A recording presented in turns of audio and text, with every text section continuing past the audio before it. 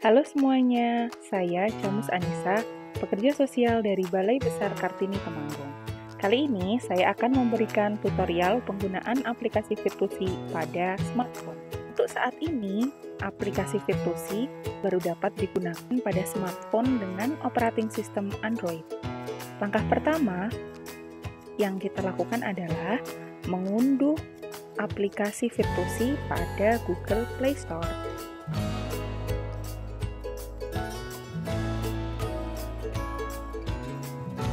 Setelah aplikasi Fitusi berhasil diunduh, tampilan awalnya ketika kita membuka akan seperti ini. Selanjutnya, untuk login, kita perlu mengisi domain, username, dan password. Ketiganya dapat diperoleh dari admin.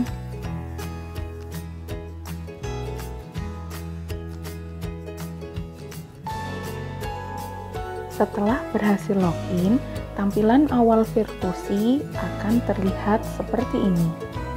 Untuk memulai pengisian form, yang pertama kita klik menu pada pojok kiri atas. Kemudian, pertama kita harus pilih place. Selanjutnya, pilih lokasi di mana tempat kita melaksanakan pengisian form. Di sini, saya akan memilih lokasi di Jawa Tengah. Setelah memilih lokasi, akan muncul tampilan pilihan form. Karena saya akan melakukan pendataan untuk asesmen bagi anak yatim piatu, saya akan menggunakan form instrumen Rapid Assessment Anak Yatim Piatu dan Yatim Piatu Revisi 2.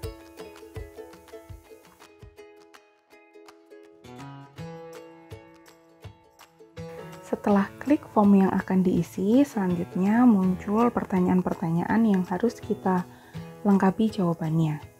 Yang pertama adalah pertanyaan mengenai lokasi pelaksanaan asesmen.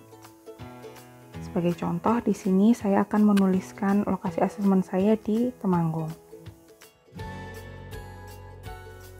Perlu diperhatikan, setiap penulisan jawaban di form asesmen Fitusi, jawaban yang diberikan harus ditulis secara lengkap.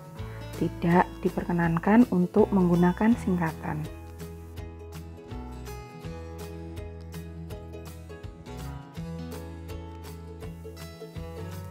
Dalam setiap penulisan jawaban, setiap penulisan menggunakan huruf kapital di setiap awal kata.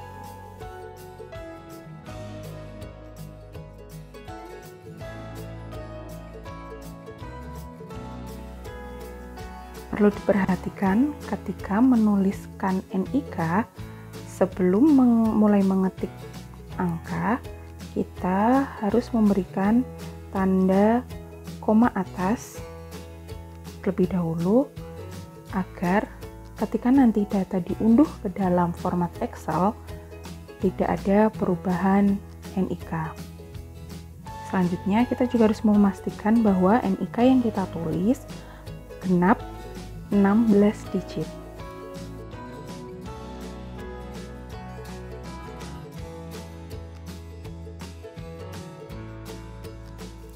Setiap penulisan kota atau nama wilayah tempat harus dituliskan secara lengkap, tidak boleh disingkat.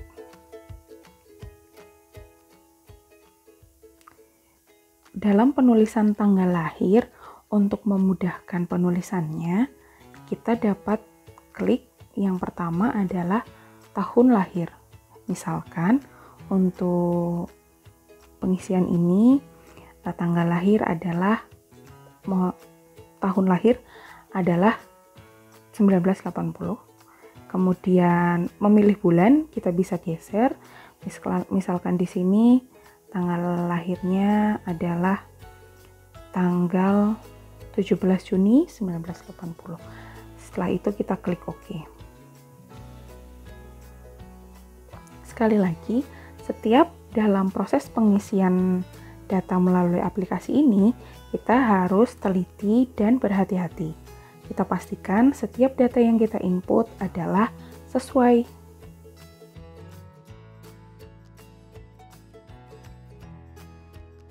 Dalam penulisan nomor telepon juga harus dimulai menggunakan tanda petik atas agar ketika hasilnya diunduh dalam bentuk Excel tidak ada perubahan.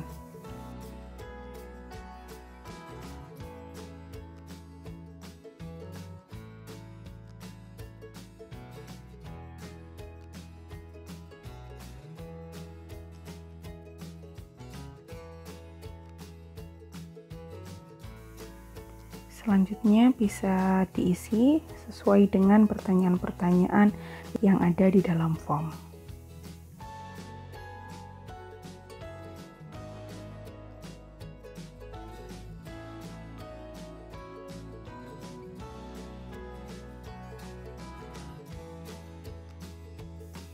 Sekali lagi, setiap kali menuliskan NIK, kita harus memastikan NIK dimulai dengan tanda petik atas. Kemudian baru dilanjutkan dengan penulisan NIK. Dan harus dipastikan juga bahwa NIK sudah lengkap jumlahnya sebanyak 16 digit.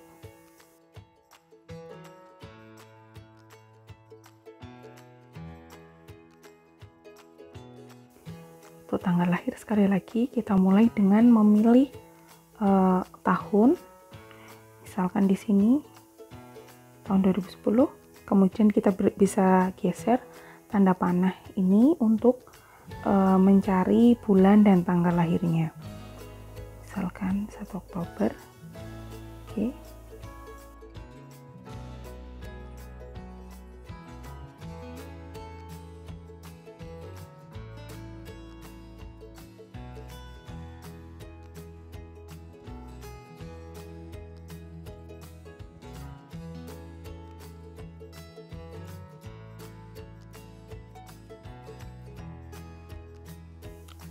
Untuk status keberadaan orang tua, kita bisa memilih apakah ayah sudah meninggal, ibu meninggal, atau ayah dan ibu meninggal. Misalkan di sini saya pilih ayah meninggal.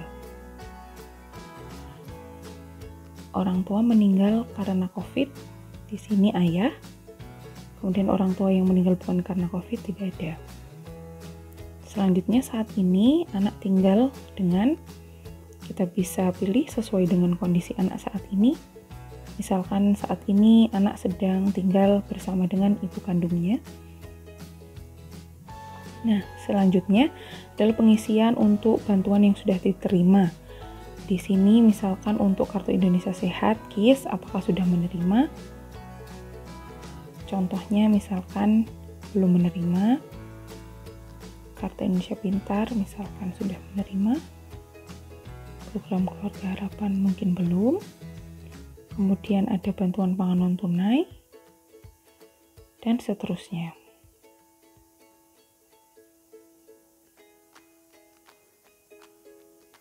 Bila ada bantuan lain selain bantuan-bantuan seperti yang disebutkan di atas, kita bisa pada pertanyaan nomor 39 kita bisa pilih ada. Kemudian kita bisa jabarkan bantuan apa yang sudah diterima selain bantuan di atas. Misalkan di sini adalah bantuan jaring pengaman sosial dari Dinas Sosial. Selanjutnya adalah asesmen dan rencana intervensi. Di sini kita mengisi berdasarkan dengan hasil asesmen yang telah kita lakukan.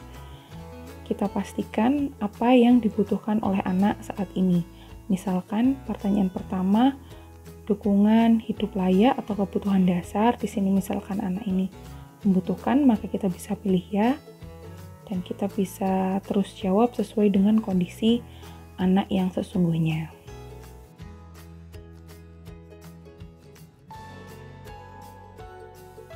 Kemudian rencana pemanfaatan bantuan ini dapat ditulis sebagai gambaran penggunaan bantuan tersebut. Misalkan di sini saya tuliskan untuk peralatan sekolah dengan volume 1 paket dan estimasi biayanya adalah 200.000.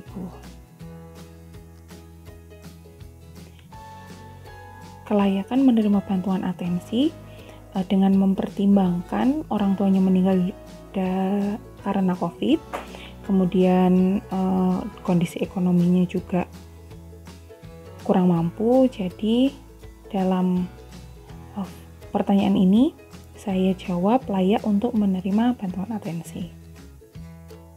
Nah, pertanyaan selanjutnya adalah keterangan apabila ada catatan yang perlu dicatat dan belum terakomodasi dari pertanyaan di atas.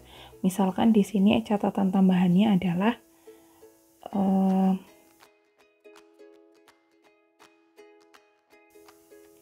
saat ini anak putus sekolah karena kondisi ekonomi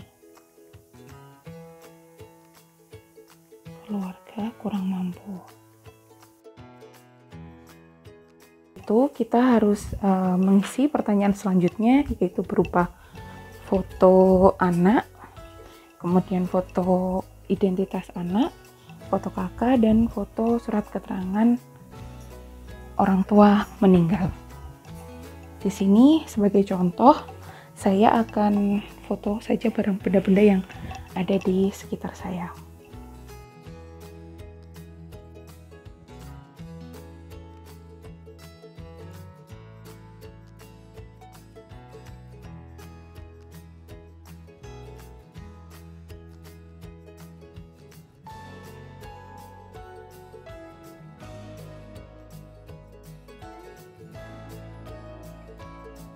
Form terisi, kemudian kita bisa membubuhkan tanda tangan orang tua atau wali yang mendampingi kita saat melakukan asesmen,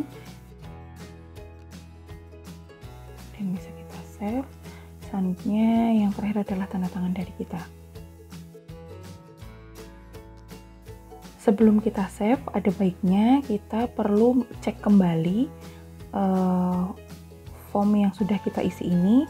Kita pastikan jawaban yang telah kita isi tadi sudah sesuai dengan kondisi sesungguhnya dari anak dan keluarga yang kita temui di lapangan. Dalam mengisi form ini, kita membutuhkan kehati-hatian dan ketelitian agar data tersebut sesuai dengan data yang sebenarnya.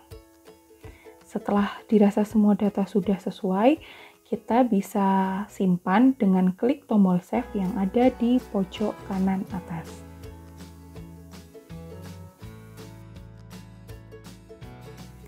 Setelah berhasil di-save, tampilan akan kembali kepada pilihan menu form-form di awal. Untuk melakukan pengisian data kembali, kita tinggal buka kembali formnya yang akan kita isi. Selanjutnya, untuk mengecek berapa banyak form yang sudah kita isi, kita dapat kembali ke menu awal dengan klik tombol panah yang ada di kiri atas. Kemudian kita pilih menu dan kita pilih activity. Nah, di sini nampak kita sudah melakukan pengisian pada satu form di satu titik lokasi. Demikian tutorial singkat penggunaan aplikasi Virtusi. Semoga bermanfaat. Selamat mencoba.